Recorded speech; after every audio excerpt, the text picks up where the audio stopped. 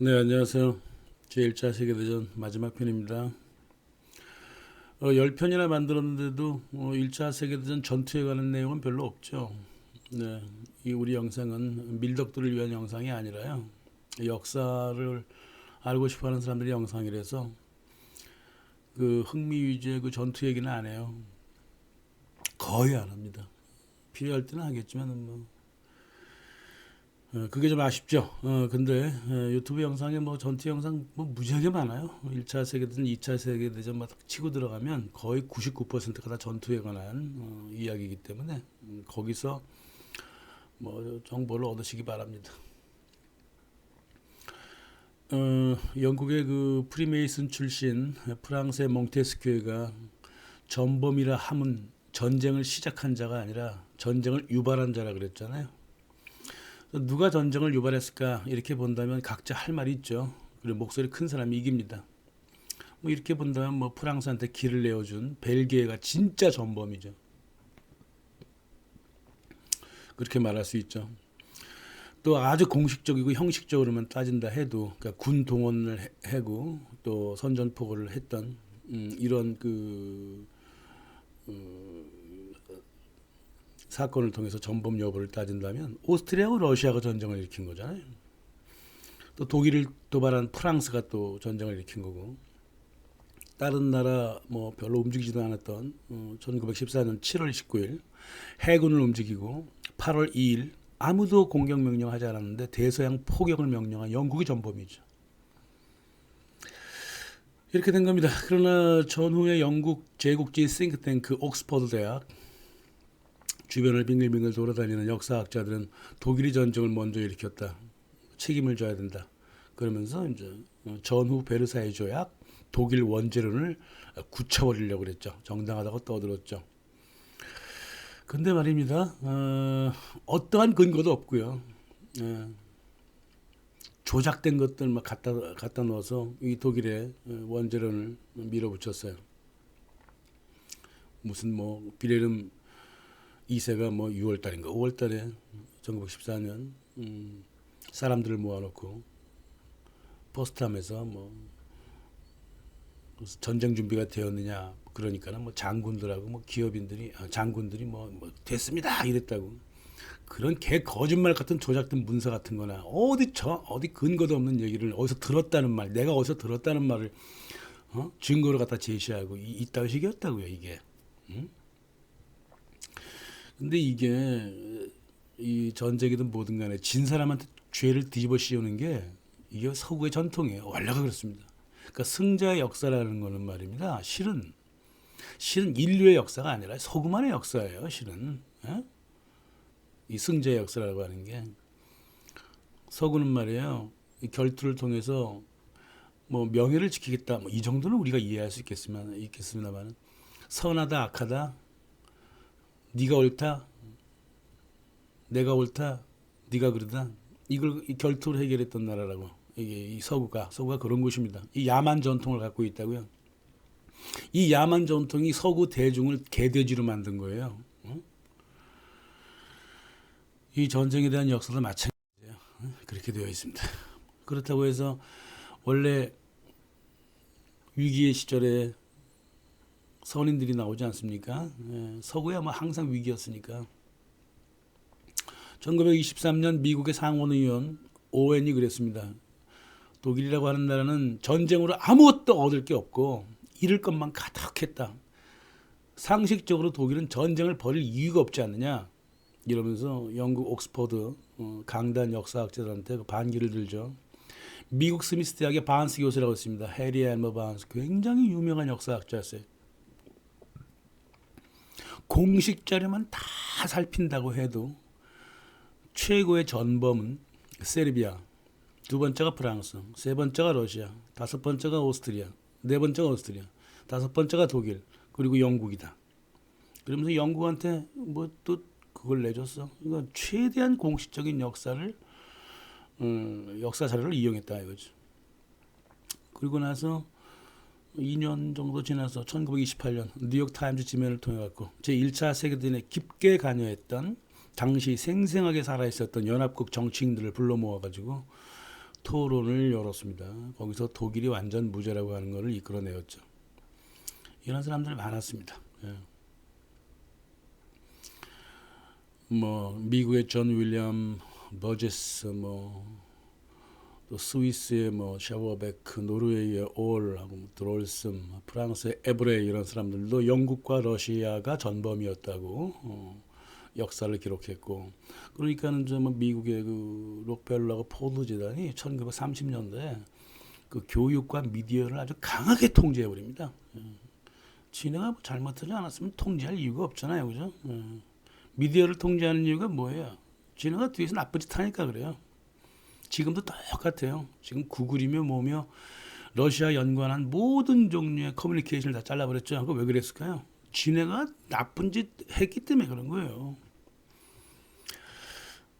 그리고는 이제 주먹을 쓰기 시작하죠. 그래서 당대 위대했던 역사학자들, 해리 엘머 바운스라든가 존 윌리엄 버제스, 이런 알시드 에브리, 어디서 들어보지도 못한 사람들이죠. 왜 들어보지 못했을까요? 강단에서 모두 쫓겨났거든요. 그리고 이단으로 취급돼가지고 역사 기록에서 사라져버렸습니다. 이놈들이 이 서구의 역사가 이렇게 만들어져 있습니다. 언젠가 서구의 그 강단 역사가 서구 역사에서 지워버린 위대한 학자들과 역사학자들의 이름을 쭉 제가 열거해드릴 때가 언제 올 겁니다.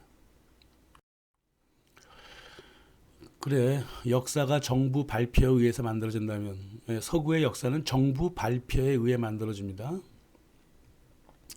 정부 발표문을 근거로 역사를 씁니다.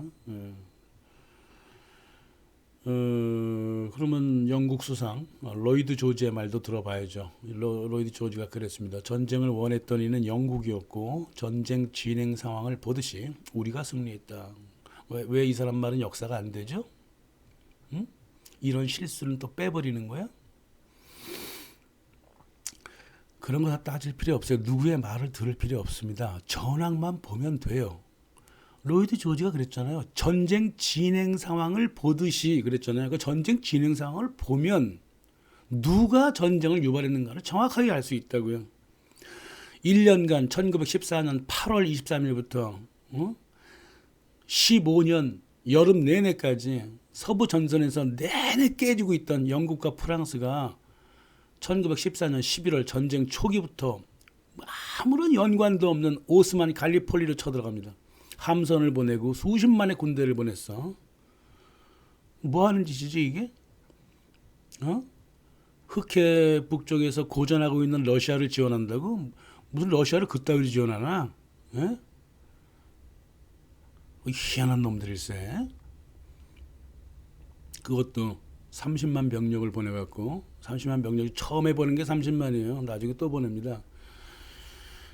지금 전쟁이 동서로 벌어지고 있는데 전선을 남북으로 또 확대해버리는 거야. 그래갖고 오스만을 찌부러뜨리자고. 오스만 군대가 그렇게 강했어? 동서부 전선에서 1년간 백전백패하는 동안에 이게 뭔 소리를 하고 있냐고. 남부 전선에다가 갈리폴리에 함선 보내고 군대를 보내는 게 뭐 하는 짓이냐고. 이지 뻔하지. 바그다드 철도 장악하려고 했던 거 아니에요.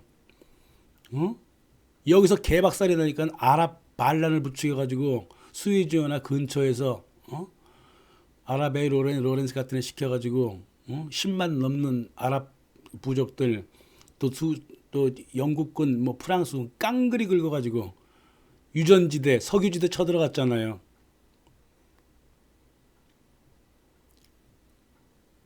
얘네들의 1차 세계대전의 목적이라고 하는 것은 바그다드 철도를 장악하는 거와 석유지대를 장악하는 거였다고. 독일하고 뭔 상관이 있다는 거야 지금 니네가.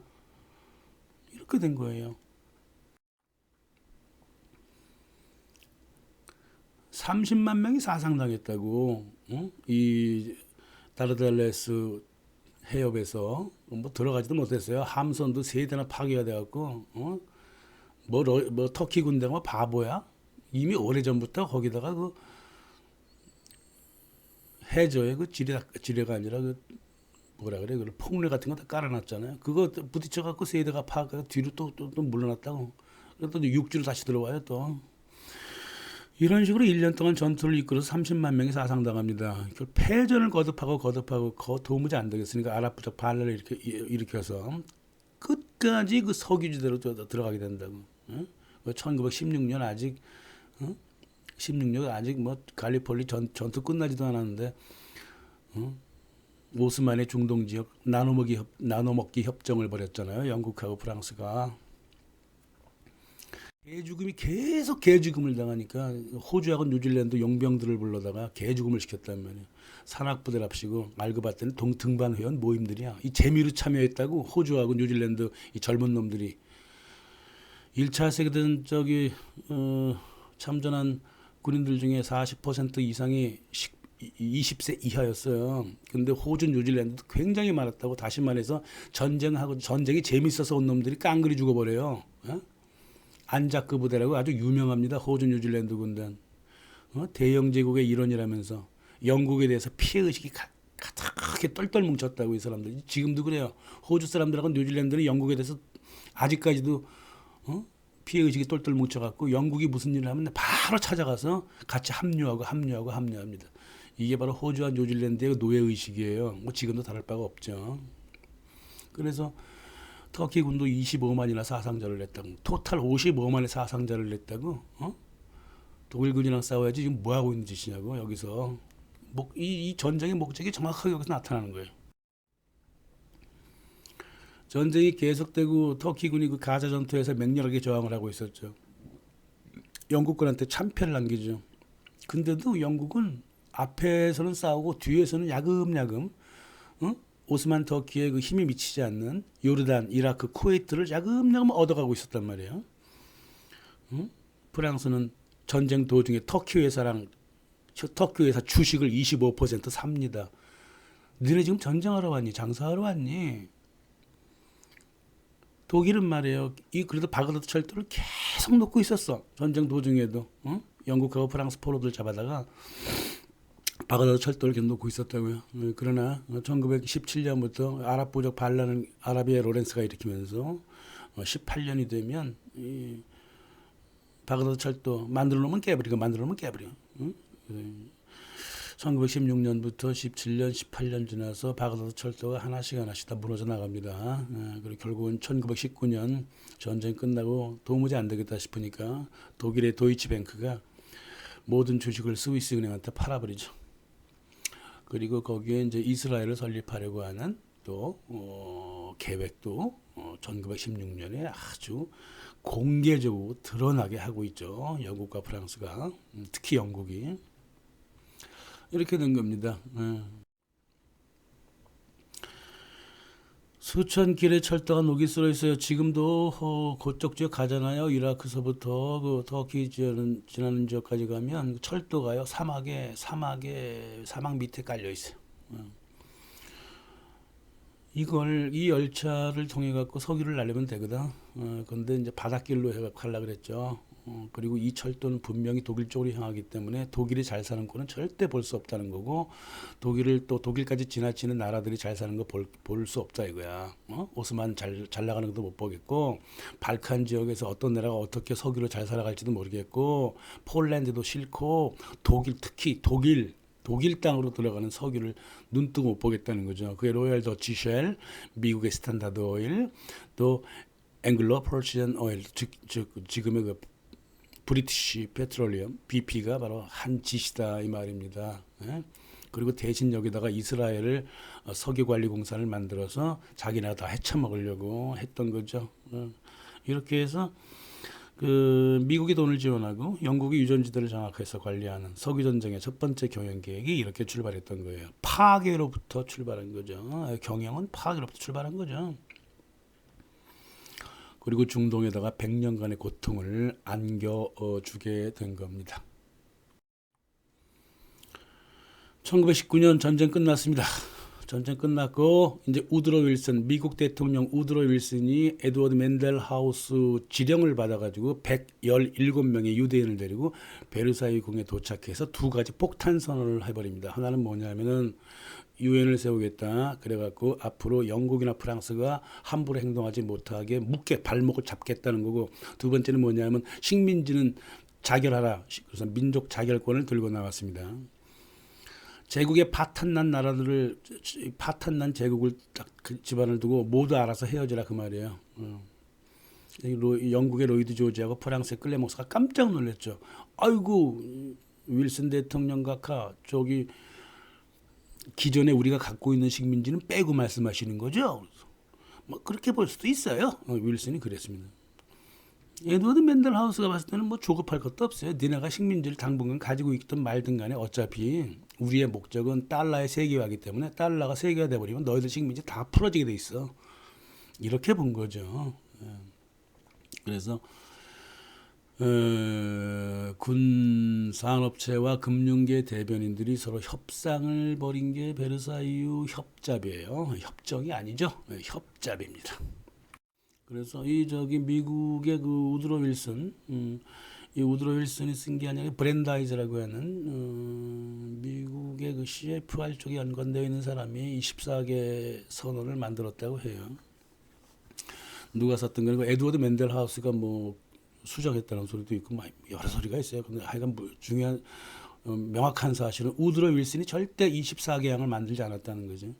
선언을 볼짝시면 어떻게 되어 있냐면 영국과 프랑스 제국주의 분열을 위해서 강화 조약이라든가 이런 것들 다 공개해야 되고 비밀 외교 폐지하라 이거였고 미국 해군이 태평양과 대서양을 장악할 수 있도록 공해에서 항해 자유를 해야 된다는 거고 미국의 대외 자유무역을 위해서 경제적 규제 같은 거 폐지하고 이래야 되고 독일이라든가 이 강대국의 그 군비를 축소해야 된다는 거고 영국과 프랑스 제국 식민지를 공정하게 나누어라. 공정하게 해결. 공정하게 해결하는 뜻이 뭐야 이게? 최대한 민족 자결시켜라 이 뜻이죠. 그리고 나서 계속 민족 자결해요. 러시아는 어차피 월가에 의해서 볼셰비키에 의해서 장악됐으니까 러시아 정치에 손을 떼라. 군대도 빼버려라. 벨기에는 언제라도 사용할 수 있는 우리의 똥개니까 주권 회복시켜주고 점령 프랑스 영토 가져가라. 알사스 로렌 가져가라. 요거 하나만 제대로 된 건지 몰라. 그리고 이탈리아 국적 민족 문제 자결해라 이거. 여기도 자결해라 이거. 분열하라 그 뜻이에요. 또 10번서부터 12번까지는 이제 오스트리아 헝가리 제국 분열에 관한 모든 문제를 주장을 하고 있습니다. 그리고 13번 폴란드를 재건해라. 폴란드는 러시아와 독일을 견제할 수 있는 거의 유일한 국가니까 여기서 이제 우크라이나 잘라 나오면 더욱더 러시아를 견제할 수 있어요. 폴란드를 재건하고 마지막으로 미국이 컨트롤할 수 있는 국제연맹을 조직한다. 이거예요. 신제국주의 선언이죠, 이게. 이걸 딱 이제 흘러가는 걸 보고서는 에릭 헙스바움, 역사학자죠, 에릭 헙스바움. 이게 민족 자결주의에서 민족들이 원하는 대로 국가를 성립시킨다고 해놓고 나중에 보니까 뭔 놈의 그 신생 민족 국가가 죄다 다민족 국가냐 이거야. 그러니까 찢어지긴 찢었는데 찢어진 민족끼리 다시 합쳤다는 거지. 억지로 다시 합쳤다는 거예요. 그리고 독일 국민들이 오스트리아에 있는 독일 민족하고 진짜 본토 독일 민족을 합쳐갖고 독일 오스트리아 공화국을 만들려고 했을 때 이거 반대했지. 미국이 이거 반대했습니다. 그러니까 민족이 자결한 거는 반대하고요. 민족을 자결시키는 신생국가 성립은 찬성했다고. 이게 바로 민족 자결주의의 현실이에요. 응? 미국으로서는 이제 마구마구 뭐 권력을 휘두를 수가 있었죠. 저자가 이제 미국이 아니죠. FRB죠, 그죠? 미국 연준 중앙은행은 실상 이놈들한테 있어갖고 제1차 세계대전은 지네가 일으켰지만 굉장한 도전이었어요. 미국에다가 무조건 그냥 물건 팔아먹고 이래갖고 금을 들여오면 되는 줄 알았더니 이 금이 너무 많이 들어오니까 주체할 수가 없어. 달러를 끝없이 찍어내야 했지만 가치를 서로 유지하도록 금을 조절을 해야 했는데 이 금이 인플레이션이 나버렸다고. 그래서 뭐 할 수 없이 계속 달러를 찍어낼 수밖에 없었어요. 그래도 달러 가치는 굉장히 강했죠. 그리고 전쟁 후를 기약하려면 이제 국채도 돌려야 됐었고 장기 정기 채권도 발행해야 했습니다. 이 채권 이자 나중에 다 줘야 되는데 이것도 계산을 해야 했고 또 전쟁 채권을 돌리면서 그 시중은행한테 대출을 해요. 그러면 시민이 또 시중은행한테 대출을 합니다. 그래갖고 전쟁 채권을 사도록 그렇게 만들었다고. 이건 참 잘한 거죠, 그죠? 미국 시민 전체를 다 FRB 중앙은행의 빚장이로 만들어 버렸으니까 미국 시민들 빚장이로 만든 큰 역할이 바로 이 전쟁 채권이었어요. 그래서 미국 정부한테도 대출을 해주죠. 세상에 이런 일이 벌어졌다고. 정부가 사설은행한테 융자를 받아오는 거를 그걸 공공부채로 재무부에서는 잡습니다. 이런 개 같은 일이 어딨냐고. 뭘 어디 있어? 네덜란드에서도 그랬고 영국에서도 그랬는데. 이게 바로 앵글로색슨의 기본적인 그 돈 대출 방식이에요. 중앙은행을 사립화시키고 정부로부터 독립시켜 버린다고. 그러니까 정부라고 하는 이 재무부라고 하는 국민의 세금이 모두 FRB라고 하는 이 중앙은행의 빚장이가 돼버리는 거예요. 전 정부와 국민 전체가 다 국민의 세금은 모두 이 FRB한테 이자로 지급된다고요. 이자로. 또 금리 약간 올리면 돈 들어오고 금리 내리면 또 돈이 풀어져 나가고 이런 금리 장난을 본격적으로 배운 때가 실이 이때였어요. 제1차 세계대전이었다고. 그래서 제1차 세계대전은 FRB가 완벽하게 독립하는 정부로부터 완벽하게 독립하는 것을 벗어나서 정부를 완전히 자기 손 아귀에 넣어버리는 아주 거대한 성과를 이루게 되는 결과를 냈습니다. 1914년 유럽에 40억 달러 부채를 갖고 있었습니다. 미국이. 그거 다 갚아버렸죠. 44개월 만에 갚아버렸어. 갚았으니까 이제 더 이상 달러가 유럽의 프랑이라든가 마르크, 파운드에 얽매일 이유가 없고 그 위에 올라설 기회를 잡은 거죠. 거꾸로 100억 달러의 채권국으로 변해 있다고. 근데 미국이 채권국이라고? 아니에요. 채권자는 정부가 아니라 월가입니다. 미국 정부도 뭐 250달러를 빌려놨잖아요. 공적 부채를 이 FRB한테 빌려왔다고요. 그리고 아주 낮은 이자로 거의 공짜로 빌렸기 때문에 미국 정치권은 이 재무부는 이게 빌린 건지 아니면은 돈을 어디서 받아온 건지 모를 정도로 그러나 이자 6%는 끝없이 받아가죠. 그 6%는 이제 미국인들 그 세금으로 받아가는 거예요. 그래갖고 1917년 4월 참전과 더불어서 이 정부의 빚을 GDP 대비 39%로 올려놨어. 이 멍청한 정부가. 우드로 윌슨 정부가. 우드로 윌슨은 그렇게 하라고 뽑은 정신병자는 아니야. 바보죠, 바보.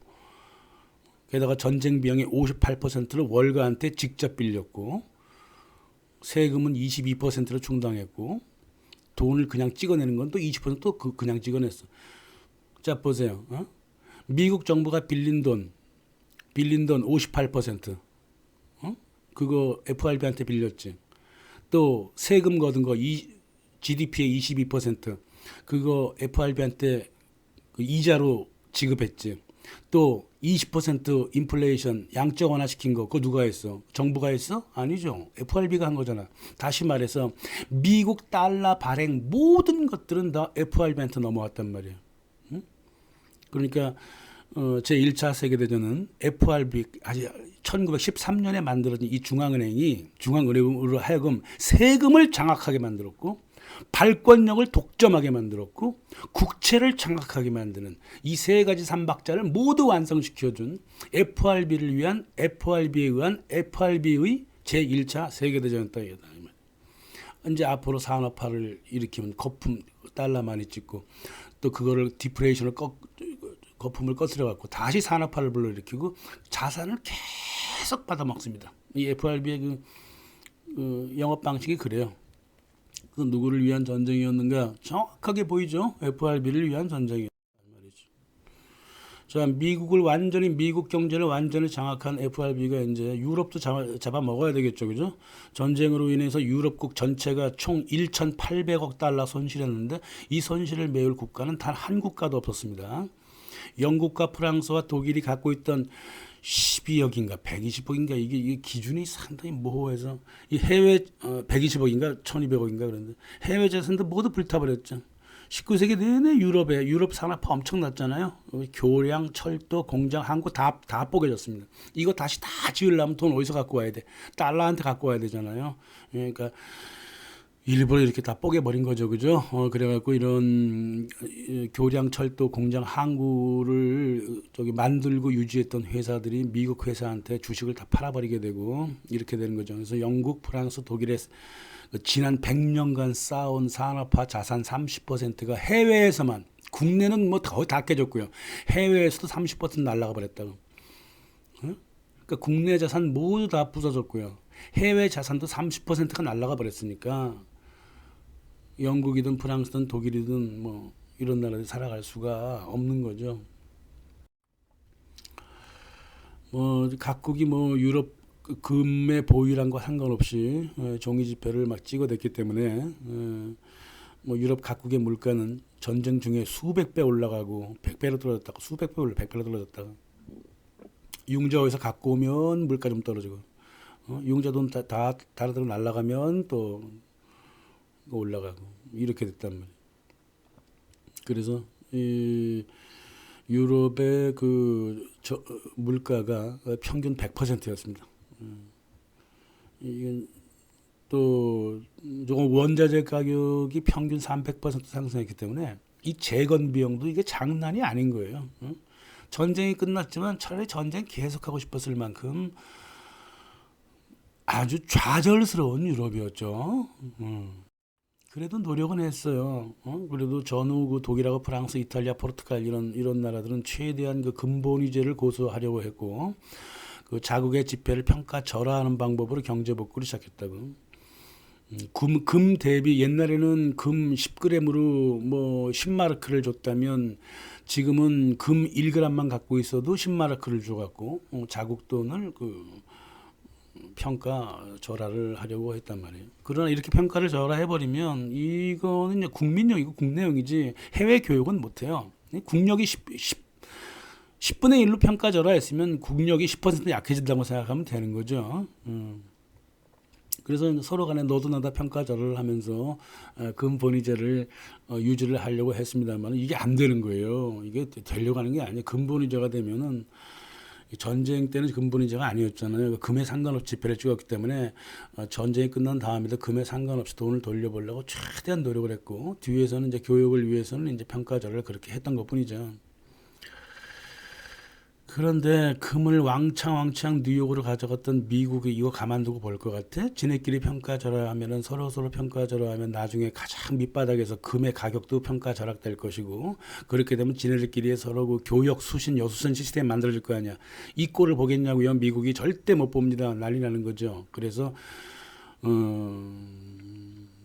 유럽의 금융 네트워크를 약간 깨트려야 했다 이 말이야. 그래서 그 목적을 달성하기 위해서 선택된 사람이 누구냐? 영국 중앙은행 몬테규 노먼이었어요.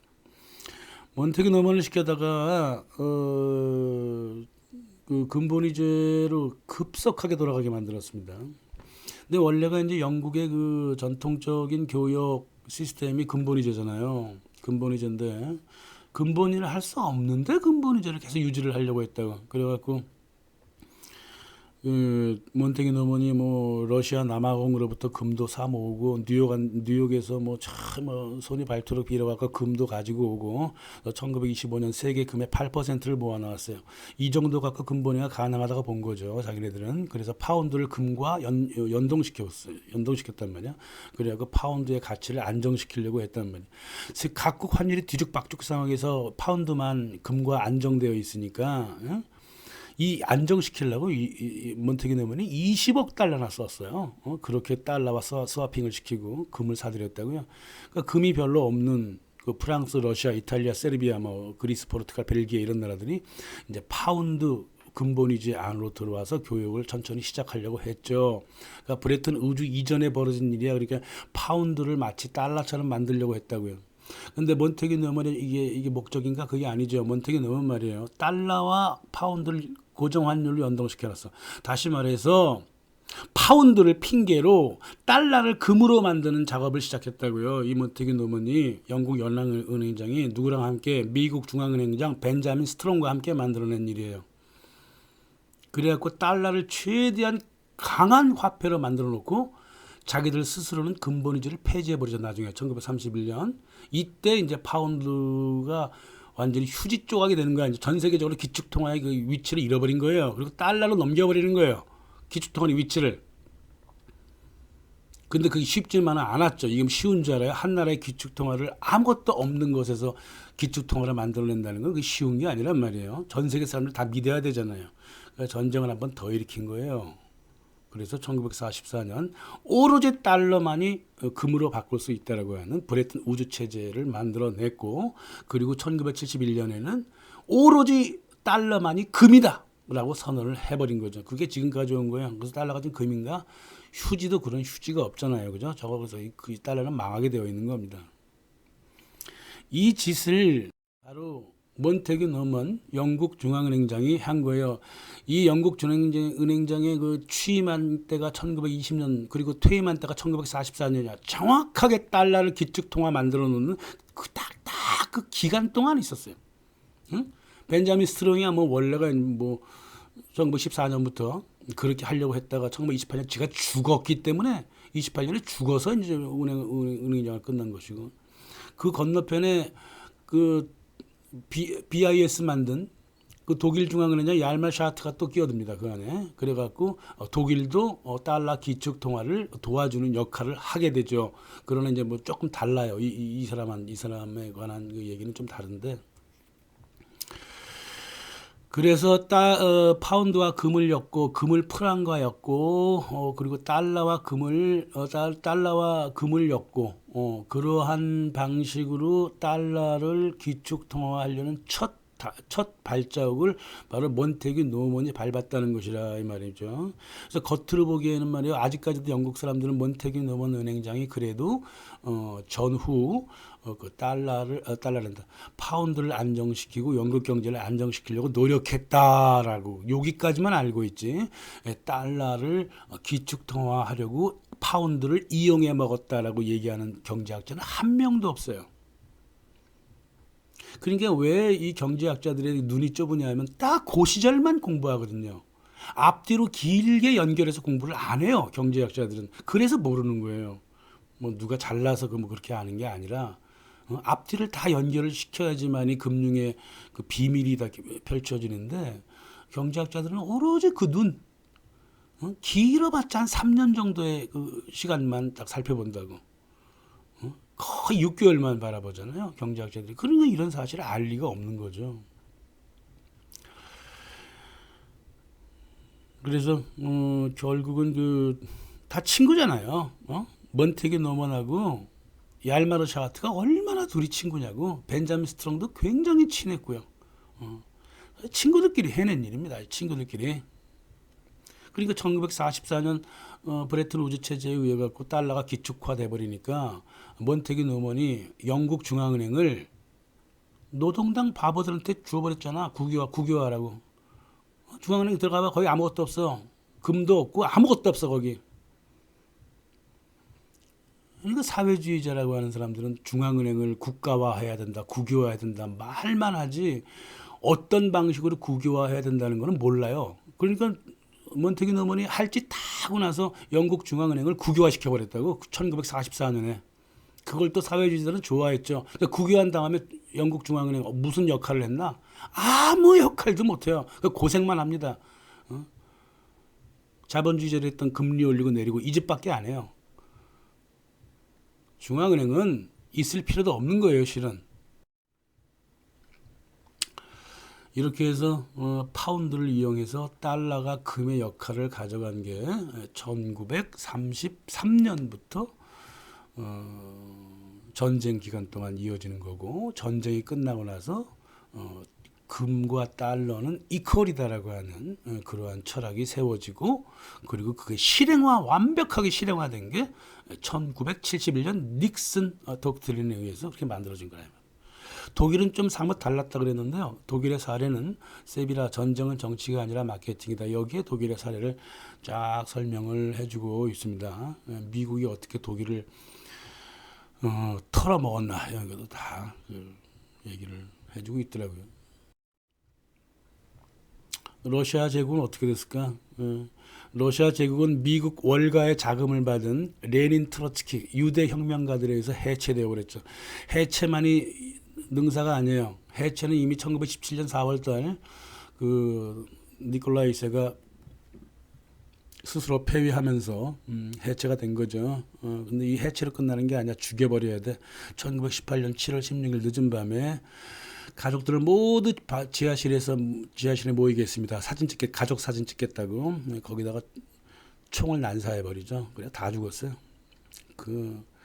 얼마나 권총만 난사했다고 하는데 기관총으로 난사했겠지. 벽이 저 정도로 무너질 수가 있나 권총 갖고. 뭐 되지도 않는 소리가 앉아 있어. 그리고 아주 그냥 씨를 말리려 그랬다고요. 그래서 1918년 7월 16일 이 가족들을 모두 몰살하기 바로 한 달 전에 이미 니콜라이 2세가 죽으면 이제 짜르의 자리를 받을 막내 동생 미카엘 알렉산드로비치도 암살시켜 버렸다고. 스탈린이 가서 죽여버렸어요. 그리고 짜르 가족 살해한 다음에 이틀 동안 짜르의 친척들을 다 모읍니다. 다 모아요. 엘리자베스 대공이라든가 공작들을 모두 모아다가 시베리아 철광산 20m 구덩이를 거기다가 모두 던져놓고 폭탄을 던져갖고 죽여버렸다고. 인류 역사에서 말이에요. 왕조를 이 친인척까지 깡그리 몰살한 예가 없어요. 이게 이 볼셰비키 유대인들의 어떤 사륙 정신이 없었으면 이거 불가능한 거란 말이에요. 수도 없이 많은 살해를 당합니다. 미하일로비치 대공뿐만이 아니라 니콜라이 1세 손자 3명을 다 죽여버렸다고. 이온 콘스탄틴 이고르 모두 다 죽이고, 또 혹시라도 차르의 왕위를 이어받을 수 있는 팔리 공작이라든가 대공 비서까지 죽여버렸어. 대공의 간호사까지 죽였습니다. 니콜라이 2세 막내 여동생 올가 알렉산드로브나가 허겁지겁 덴마크로 도망쳐서 유일하게 살아남은 사람이 바로 로마노프의 핏줄이 바로 올가 알렉산드로비나. 이 여자 딱 한 명이야. 나머지는 다 죽였습니다. 레닌이 월가를 위해서 새로운 러시아 시장을 다져놓아야 했습니다. 하지만 자기 스스로 이 살인마 기질이 없었다면 이게 불가능한 짓이었다고요. 레닌은 로마노프의 정부 자산이 세계에서 최고로 많았죠. 그래서 70%를 내전하고 수입 물품 대금에 써버렸어. 영국하고 미국에서 수입해가지고 물품을 죄다 영국하고 미국한테 갖다 줍니다. 그래서 전후에 영국이 그나마 경제를 유지할 수 있었던 거는 바로 러시아에서 거지 같은 물품들 다 수출한다면, 전쟁 끝난 다음에 영국이 뭘 수출해? 아무거나 막 수출해가지고 러시아의 로마노프의 금을 모두 갖고 온 거예요. 그래가지고 금을 파운드와 묶을 수 있었다고. 바로 이렇게 된 겁니다. 레닌이 이런 짓을 했어요. 레닌이 자컵슈프의 딸랑이 아니에요. 그래서 결국은 이 소련 경제를 미국과 영국의 품 안으로 들여보낸 놈이 바로 레닌과 트로츠키, 볼셰비키였습니다. 여기에 대해서는 또 10개나 만들어 놨잖아요. 제가 영상 보시면 될 겁니다. 그럼 오스트리아 헝가리는 어떻게 됐어? 오스트리아 헝가리는 망하자마자 자기 땅 72%를 잃어버렸어. 오스트리아가. 헝가리는 70%를 잃어버렸고요. 이거 원래가요. 이 헝가리는 말이야. 공적 자금을 통해 갖고 전쟁을 수행했고, 공적 자금 70%, 전비의 70%가 공적 자금이야. 나머지 30%는 독일이 그냥 공짜로 줬습니다. 그리고 전쟁을 수행했다. 패전하는 순간 망하게 돼 있어요. 이 나라는. 이 제국은 1917년에 이미 오스트리아 군대가 이탈리아 전선에서 벌써 흩어져 버렸어요. 분명히 보니까 오스트리아가 지겠단 말이야. 그래서 제국이 지면 제국 해체될 텐데, 우리 같은 세르비아, 보스니아, 체코, 크로아티아 이 소수민족들이 뭐 하려고 합서부르고 오스트리아를 위해서 싸우겠느냐. 그러면서 전쟁의 동기를 완전히 잃어버렸다고. 그래갖고 상당히 많은 오스트리아 군인들이, 소수민족 군인들이 영국군 옆에 붙어갖고 레지스탕스로 돌변해 버렸다고. 대독 레지스탕스로 돌변을 했어요. 그 여파가 아직까지 남아있어요. 우크라이나라든가 폴란드라든가 이런 거. 이 대독 독일과 함께 싸웠던 거. 그 독일과 함께 싸웠던 놈들이 이제 러시아에 대항해서 싸우려고 그러지. 독일에 그렇게 저항했으면 독일이나 싫어할 것이지 러시아는 왜 싫어하냐고. 나중에 자기 땅 들어왔다고. 역사적인 핑계를 대려면 제대로 돼야 될 거 아니야. 미국과 영국이 견제하니까 니네도 견제하는 거지. 이게 폴란드인들의 민족 정체성이라는 거야. 이 심각해요. 지금도 심각하고 옛날에도 심각했습니다. 오스트리아 헝가리 제국 내부의 소수 민족들은 말이에요. 레지스탕스들과 달랐습니다. 독립을 두려워했어요. 민족 자결을 싫어했다고. 그렇지 않아도 오스트리아 헝가리 제국 밑에서 가난했는데 독립을 해버리면 그런 구호의 손길을 내밀 수도 없다고. 이게 바로 그 제국 밑에 살아갔던 사람들의 일반적인 생각이었어요. 그러니까 레지스탕스를 영국이 계속 키워준 이유도 이 레지스탕스들은 결국은 이제 나중에 저기 제국 무너지고 독립하면은 독립군 대장이 그 독립군의 그 수장이 되잖아. 대통령이라든가 총리가 될 거 아니에요. 그러니까 이놈들을 밀어준 거야. 체코, 폴란드, 크로아티아, 좌파, 특히 좌파 자유주의 레지스탕스를 밀어 키워준다고요. 영국이. 근데 반면 민중들은 이게 분열되는 걸 싫어하는 거야. 민족 자결이고 지랄이고 난 우린 모르겠다 이거야. 우리 밥 먹고 사는 게 중요한데 우리가 민족 세르비아가 독립해갖고 다들 가난하게 살았잖아. 응? 보스니아 독립해서 가난하게 살았고 체코는 좀 달라. 체코는 공장지대가 있으니까 뭐 독립을 좀 일찍 하려고 노력을 하긴 했죠. 나라마다 다 다른데 결국은 1918년 10월 체코슬로바키아 유고슬라비아가 독립을 선언하고 말이야. 응? 우드로 윌슨은 1918년 말부터 오스트리아 헝가리 인정하지도 않았어요. 나라로 인정하지도 않았어. 그리고 영국은 궁전 구테타를 일으켜서 옛날 합스부르크 제국을 다시 만들어 보려고 했던 마지막 황제 칼 1세를 포르투갈 섬에 유배시켜 버립니다. 다 끝난 거지 뭐. 다 끝났습니다. 합스부르크의 진정한 공식적인 마지막 황제 프란스 조셉 1세는 1916년에 죽었고요. 그래서 나라들이 갈기갈기 찢어집니다. 찢어진 이후에도 모조리 가난했어요. 그러니까 오죽하면 지그문드 프로이드가 오스트리아 제국 끝나고 나니까 다 쓰레기밖에 남는 게 없었다 이 말이에요. 프로이트가 누구예요? 유대인이잖아. 그토록 싫어했잖아. 오스트리아 헝가리를. 그죠? 그래갖고 쓰레기 오물덩어리만 남았다는 소리 뭐냐면 오물덩어리 민족만 남았다는 뜻이에요. 얘가 철저하게 민족주의 인종주의자잖아요. 지그문드 프로이드가. 근데 그렇게 틀린 말은 아니기 때문에 뭐 저도 반박은 못하겠습니다. 아무리 독일이라 그래도 오스트리아 전쟁 비용까지 지불하면서 전쟁을 지속할 수가 없었죠. 이미 1917년 독일 사람들은 무 먹고 살았어요. 무 쪼가리도 배급해 받아 먹고 살았다고. 그렇게 전쟁을 했던 게 바로 독일입니다. 그래서 독일과 오스트리아가 이 독일 민족들이 서로 다시는 합치지 못하게 모든 종류의 철도, 교량, 모든 그 프로젝트를 다 올스톱 시켜버렸어요. 아무리 전쟁 중이라 하더라도 다 프로젝트는 있었잖아요. 기업들이 다 뭘 만들어내고 다 올스톱 시키고 나라를 조각내서 다시는 뭉치게 못하겠다고. 독일은 알사스 로렌 뺏겼죠. 영토의 13%를 뺏깁니다. 식민지는 100% 다 가져갔어. 프랑스, 영국한테 다 나눠줘 버렸습니다. 그리고 돈이 없으니까 함선하고 상선 그냥 공짜로 다 가져가라 그랬습니다. 이 프랑스한테. 또 프랑스한테 철강 48%를 뺏겼어. 그리고 독일과 프랑스 국경 에센부터 프라이부르까지 내려오는 국경선이 DMZ가 돼갖고 아예 개발도 못하게 만들어놨어. 그쪽에 철관 같은 거 많거든요. 독일이 완전히 깡통을 차버렸습니다. 근데 이 지도를 보면 굉장히 웃겨요. 굉장히 웃기는 게 오른쪽을 볼짝시면 그 동프로이시를 이래갖고 그단스크 오른쪽에 독일 하나 땅 두고 왼쪽에 독일 본토를 놔뒀다고. 그리고 중간 땅을 갖다가 폴란드 회랑이래 갖고 폴란드 정부한테 넘겨버렸어요. 폴란드 정부가 이게 웬 떡이냐 이래버렸죠. 어? 나라를 반으로 갈랐잖아. 그러니까 6.25 전쟁처럼 전쟁이 한 번 더 일어날 수밖에 없게 만들어놨다고요. 이거 딱 보자마자 베르사유 1919년이 딱 보자마자 모든 사람들이 아이고 이거 뭐 전쟁 한 번 더 일어나겠구나. 뭐 뻔하네. 폴란드 그것도 모르고 연합국이 자기들한테 줘버린 저 폴란드 회랑에서 독일 시민들을 그렇게 학살하고 때리고 차별하고 그러고 살았다고요. 히틀러 집권한 이후에도 계속 그랬어. 1939년에도 독일 사람들 일요일 날 몰살시켜버렸다고. 아마 그거 일부러 몰살했을 거예요. 전쟁 유발하는. 나중에 2차 세계 때 말씀드릴게요.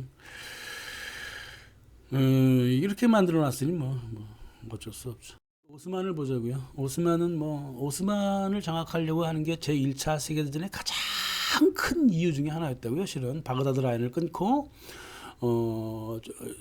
터키, 오스만 터키 남부 지역에 이미 발견된 석유지대를 장악을 해야 되겠다. 프랑스는 조금 감이 없었지만 영국에 정말 뛰어들어서 영국엔 누가 있었냐 로스차일드랑 록펠러가 영국을 중심으로 석유 시장을 장악을 하고 있었잖아요. 록펠러가 이미 영국 런던에다가 자기 그 스탠더드 오일 지점을 넣어놨어요. 그래가지고 이라크에 그 석유 유전을 개발을 하고 있었다고.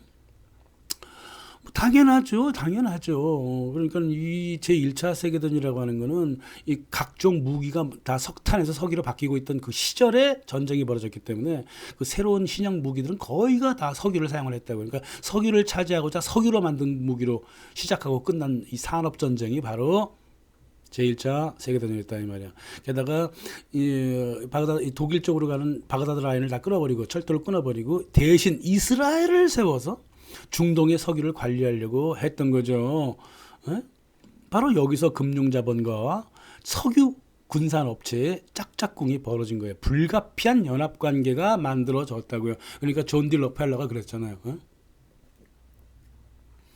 산업 지도자들이 경제 발전에 초석을 세우는데 지금처럼 명료할 데가 없었다. 당연히 명료하죠. 모든 산업을 다 석유화하고 그 산업의 금융 자원의 네트워크를 깔아버리는 거. 철두철미한 거죠. 이게 이제 세계화되기 시작하는 이게 첫 번째 모습이라고요. 그런데 이 세계화의 모습은 말입니다. 금융 자본가들과 대형 초국적 기업들, 주로 그 군산업체와 석유 산업체들, 얘네들의 연합 관계에서 세계화가 출발하는 게 아니고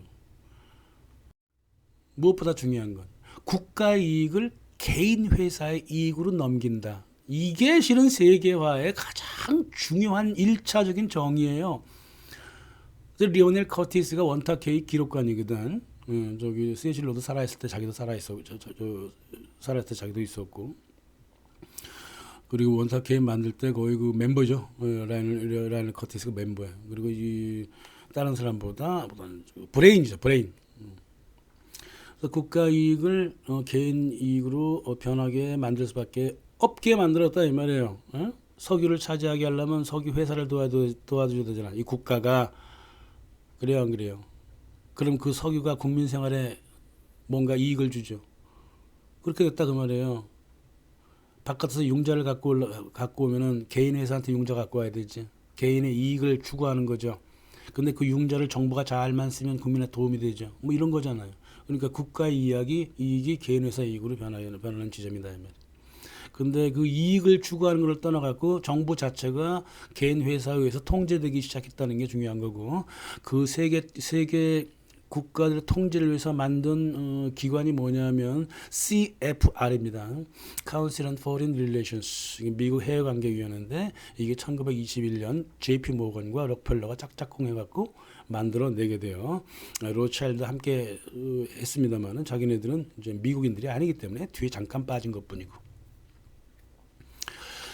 이렇게 된 겁니다. 그래서 세계화의 출발점이 돼버리죠. 제1차 세계대전. 그러니까 러일 전쟁부터 출발해가지고 이 석유 군산복합업체와 금융가들이 러일 전쟁부터 출발해가지고 제1차 세계대전까지 미국과 유럽을 거의 완벽하게 장악하게 되는 거예요. 그 다음에 세계를 장악하려고 제2차 세계대전을 벌인 것이고 이렇게 되는 거죠. 그 순간순간에는 전쟁이나 전투에 민감하게 반응하게 되겠지만 나중에 길게 100년간의 역사를 보면 얘네들의 플랜이 다 나와 있어요. 너무너무 당연하고 자연스러운 플랜이라고. 어떻게 다른 방식으로 그거 할 수 없는. 지금 우크라이나와 러시아도 말이에요. 나중에 한 50년 후에 보세요. 아이고 참 그때는 왜 바보 멍청이처럼 이걸 몰랐을까 이럽니다. 물론 이제 미디어랑 학술계를 얼마나 장악하냐에 따라 갖고 이제 사람들이 계속 개돼지로 남느냐 아니면은 뭐 좀 상식을 가진 사람이 되느냐 거기가 뭐 차이가 나겠습니다만은 자 이제 우리한테 관심 있는 거는 약소국이잖아요. 우리는 약소국입니다. 한국은 약소국이에요. 이제 약소국이 강대국으로 좀 되려고 노력하고 이때 중요한 거예요. 그래서 제가 항상 벨기에를 조금 포커스 맞추기도 하고 이러는 거예요. 이제는 오스만을 포커스 맞춰보자고요. 오스만 1913년 1월달 청년 터키당이 이 5명이 주도해갖고 오스만 구테타를 일으킵니다. 그 정권을 잡죠. 얘네가 누구냐? 영국 프리메이슨의 하부 조직, 그리스당, 살로니카에서 만들어진 유대 프리메이슨 조직이라고 얘네가 반 정도가 유대예요. 거기가 여기에 그 당시 몸을 담고 있었던 케말 파샤, 터키 건국의 아버지라고 하는 케말 파샤도 유대인이고 살로니카 출신이고 얘는 대다수가 유럽 유학파 출신이야. 공화주의와 자유주의에 매몰되어 있었다고. 겉으로는 민족주의를 주창했지만 실은 마음속으로는 철저한 자본주의자들이었다고. 얘네가 무슨 짓을 했냐면 지네는 아무 경험이 없어. 정부를 운영한 경험이 없는 놈들이 쿠데타로 정권을 잡았기 때문에 영국 해군한테, 그 당시 군국주의자잖아. 영국 해군한테 터키 해군을 조련시켰고요. 영국 군수산업으로부터 모든 무기를 다 수입합니다. 로스차일드, 비커스, 뭐 화이트월즈, 뭐 여기서 모두 뭐 저기 그래서 이 국가의 돈을 모두 로스차일드 같은 이 군수산업촌에 갖다 준다고 영국한테. 또 육군은 또 누구한테 맡겼느냐? 독일군한테 맡겼어. 그럼 헌병은 누구한테 맡겼느냐? 프랑스한테 맡겼어. 미친놈들 아니야 이거 완전히. 응? 일본 같은 경우는 사람을 물론 끌어들이긴 끌어들였어도 영국 사람들을 그 영국한테 줄을 섰다고요. 일본은. 그리고 자체적으로 소화하려고 노력을 했어. 그게 동북아시아 사람과 좀 다른가 봐. 이쪽 사람, 아랍 사람들이. 응? 뭐 터키를 아랍이라 그러면 욕하겠지만은 오스만은 나라의 그 각각 그 장관들을 다 외국인으로 다 뽑았다 이 말이야. 쉽게 얘기하면 그렇단 말이야.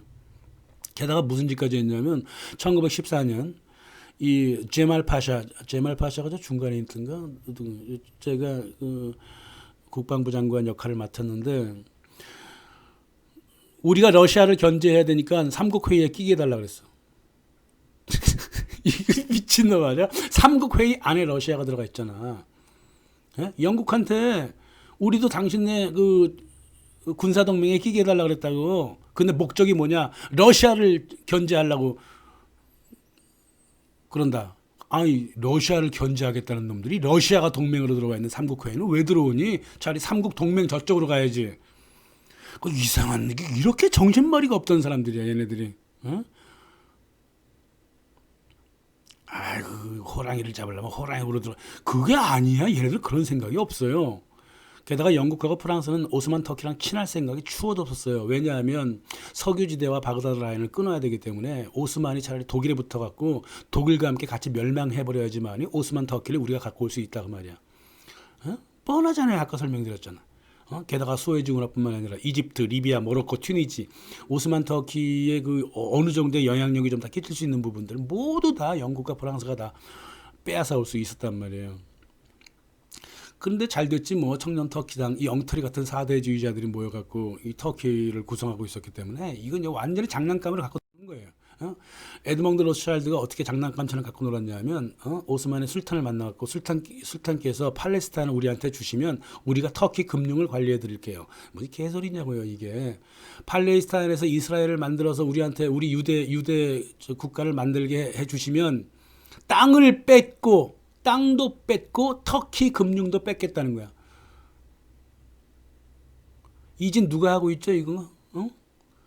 땅도 주고 돈도 내고. 에? 지금 이게 터키의 이 오스만 터키의 멍청한 청년 터키당 사람들만 욕하는 줄 알아요? 나라의 군사 지역 저기 제공해주고 그 군인들 밥 먹여 살리는 돈도 내주는 나라가 어디야? 한 나라 있죠 지금. 이만큼 멍청하다고요 이 터키가. 에? 얘네가 말이야 중립을 최대한 지키면서 이 터키가 최대한 중립을 지키면서 유럽 국가들 서로 싸우고 있을 때 자기네 좋은 사람 많잖아. 이 면 산업도 되게 뛰어나고요. 면 뭐 별거 다 만들어냈다고. 음식 최고잖아. 이런 거 병참 공급하면서 돈 벌면서 자주적인 경제력을 키웠으면 됐지. 공방력을 키웠으면 됐잖아. 뭐 하려고 전쟁에 끼어들고 지랄을 하는 바람에 제국이 와해가 돼버렸냐고. 에? 러시아하고 독일 사이를 중재할 외교력만 조금만 갖고 있으면 터키의 운명이 달라졌다고 이게. 엉터리 나라가 돼버린 거예요. 1918년 10월 달에 말 그대로 청년 터키당이 해체돼가면서 이 철부지 삼총사 있어요. 탈라트 파샤, 뭐 제말 파샤, 엠버스 파샤 모두 독일로 망명해서 죽거나 암살당하거나 그렇게 돼서 터키가 이제 엉망진창이 돼버린 거예요. 이 엉망진창이 된 원인이 뭘까? 딴 거 따질 필요 없어요. 4대주의 때문에 그래요. 1910년대는 말이에요. 오스만 터키나 오스만 밑쪽에 있었던 그 각각 뿔뿔이 흩어져 있었던 아랍 부족들이나 영국에서 누군가 건너왔다 그러면 무조건 무릎을 꿇었습니다. 이 토마스 로렌스가 밀정 활동을 하던 1910년대에 말이야. 이 새끼 나이가 27살이었다고. 27살이 아랍 부족장들 다 만나고 다니고 술탄 만나고 다니고 그랬어요. 한 나라의 왕이 27살 중위밖에 안 된 놈을 만나갖고 정치를 상의했을 정도로 아랍 사람들이나 오스만 터키 사람들이 그렇게 스스로 자기를 낮춰봤다고요. 영국 사람들은 우리보다 똑똑하다. 이 4대주의가 철두철미했다고. 아라비아 파이잘 가면은 이 토마스 로렌스는 항상 같이 했잖아요. 왕이 그래도 술탄이잖아. 왕이 이 칼리프가 이 젊은 놈 게다가 이 아주 흠명한 놈과 같이 정치를 논하고 그랬다고. 그러니까 얘네들한테는 영국인은 선생이고 자기들은 학생인 거야. 근데 아랍인들은 오스만 터키인들은 공부를 조금 잘하는 학생이고 아랍인들은 공부를 되게 못하는 학생으로 스스로 인식을 했고 그게 당연한 줄 알았고, 그러니까 지금까지도 말이에요. 아랍 수뇌부들, 아랍의 그 대가리들은 말이야 자기네 나라 국민을 그렇게 경멸합니다. 그리고 거꾸로 영국을 아직도 숭배해요. 인도랑 똑같죠. 이 철두철미한 4대주의라고. 그러니까 아직도 아랍의 지도자들은 말이에요. 자식들을 영국으로 유학을 보냅니다. 이게 100년이 넘어가는 이 전통이라고요. 네? 그래서 모든 나라의 운명을 자기 나라를 뺏어 먹고자 하는 영국한테 갖다 바친 놈들이야, 이놈들이. 그러니까 공모도 이렇게 같이 했던 거 아니에요. 1915년에만 뭐 인도도 마찬가지잖아요. 인도는 뭐 수도 없이 많이 얘기했기 때문에 더 이상 뭐 인도에 대해서는 얘기할 것도 없어요. 1915년에 그 메카의 지배자 후세인하고 영국의 헨리 맥마운을 같이 공모를 했어요. 자, 오스만 제국을 무너뜨리자.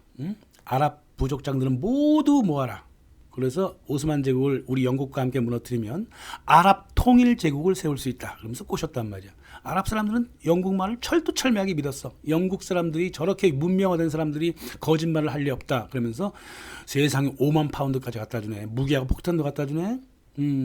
10만 병력을 모아다가 목숨 걸고 진짜 말 그대로 목숨 걸고 오스만 터키와 싸웠습니다. 오스만 터키가 북쪽에서 러시아 군대랑 싸우고 있을 때 남쪽에서는 아랍 부족들이 모여갖고 오스만을 공격했다고요. 영국이 원했던 거는 뭐야? 오스만을 붕괴시키고 아랍도 분열시켜버리고, 위임 통치라는 말로 아랍도 분열시킨 다음에 식민 통치해버리는 거잖아. 나중에 식민 통치를 끝내고 난 다음에 토마스 로렌스가 책에다가 적어놨죠. 아, 이게 좀 창피했다. 이거 좀 창피했다. 아랍의 로렌스가 말이야, 이 저기 남부 쪽에서 바그다드 라인과 연관되는 하자즈 라인이라고 있어요. 철도를 다 부숴버립니다. 79개나 철도 다리를 공격하고 파괴를 하면서 독일과 오스만의 경제 협력을 완전히 뽀개버렸어요. 이렇게 해서 영국은 또 얘뿐만이 아니라 철도 파괴팀을 따로 보내갖고 철도를 따로 폭파시킬 만큼 특수 작전을 했을 만큼 바그다드 라인을 그렇게 두려워했어요. 영국이 1차 세계전의 목적이 바그다드 라인을 파괴하는 거예요. 그렇게 석유 지대를 자기네가 갖고 오는 거란 말이에요. 그래서 결국은 아랍의 독립운동을 했던 그 파이잘부터 시작해서 파이잘부터 아랍의 각종 부족장들이 나중에 이제 식민 통치를 받게 되잖아요. 뭐 위임 통치라고 하는데 뭐 위임 통치야, 식민 통치지. 국제 연맹이 또 도장을 찍어줬단 말이야. 꼼짝을 못한 거야. 아, 영국한테 속았구나. 우리는 속은 놈들한테 속았다. 응? 그것도 20대 동성연애자 토마스 로렌스한테 속아가지고 10만 명이나 끌고 오스만 군대와 싸웠단 말이야. 그래고 자기 나라 오스만 땅 4분의 3을 다 빼앗았는데 그거 다 영국하고 프랑스 가져가 버렸어. 무스타파 케말이 나중에 정신 좀 차려갖고 군대를 움직이지 않았으면 아르메니아 땅도 가져갔고 쿠르드 지역도 모두 빼앗을 거라 그 말이에요. 응? 이 아랍 부족들이 서로 옹기종기 모여 살던 터키 남부 땅을 갈기갈기 찢어갖고 사우드 후세인 같은 모사꾼들 이런 가문들한테 몰아줬고 이스라엘을 불러들여갖고 중동을 피바다로 만들었다고요. 이게 바로 영국이 했던 짓이고 그리고 이 바보 멍청한 아랍 부족장들이 사대주의에 빠져가지고 영국한테 속았다고요. 영국이 거짓말하지 않을 것이다. 어떤 증거도 없이 그런 개소리를 했다고요. 단 하나도 약속을 지킨 적이 없어요. 영국은 아랍 사람들한테. 그럼에도 불구하고 아랍의 이 대가리들이 아직까지도 영국을 숭배하는 걸 보면 저 개돼지가 저기 따로 있던 게 아니구나 이런 생각이 들어요. 오스만 제국은 이토록 병자였습니다. 아랍 부족만큼 병자였어. 하지만 영국의 모략을 알지도 못하고 달겨든 러시아도 실은 병자죠. 그러면 러시아만 병자야? 러시아만이 독일의 미래라는 것을 그렇게 몰랐단 말이야? 독일과 러시아는 함께하지 않으면 둘 다 공멸합니다. 왜냐하면 전 서구가 다 서유 유럽의 전체가 다 독일과 러시아의 공동 멸망을 바라기 때문에 그래요. 그래서 둘이서 합쳐야 되는 거예요. 왜 자꾸 독일과 러시아를 서로 갈라치려는 그 영국 첩보부와 미국 첩보부의 그 전략에 자꾸 끼어 들어가냐고. 예? 이런 면에서 보면은 독일도 병자죠. 예? 나중에 런던드로프가 그랬잖아요. 이거 뭔가 우리가 큰 잘못한 것 같다. 영국이 러시아를 잡아먹는데 우리 독일이 이용당했구나. 이렇게 된 거 아니에요? 2차 세계도 똑같은 일이 벌어진단 말이야. 그리고 금융의 그 핵심 추가 월가로 천천히 넘어가는 걸 알았지만은 이 금융의 권력마저 월가로 다 넘어가 버릴 거라 추도 몰랐던 영국도 병자였어. 그러니까 잡혀 먹었죠 미국한테. 응? 영란 은행장인 몬테규 노먼드 식은 이 로스차일드 편이 아니라 런던 편이 아니라 뉴욕 편이었다고요. 로스차일드 잘 알고 있었죠. 왜냐 로스차일드가 자커시프를 통해 갖고 뉴욕으로 가 있었으니까. 힘의 축이 넘어가는 걸 영국이 모르고 있었다고요. 그러니까 잡아 먹힌 거야. 그러니까 영국도 병자예요.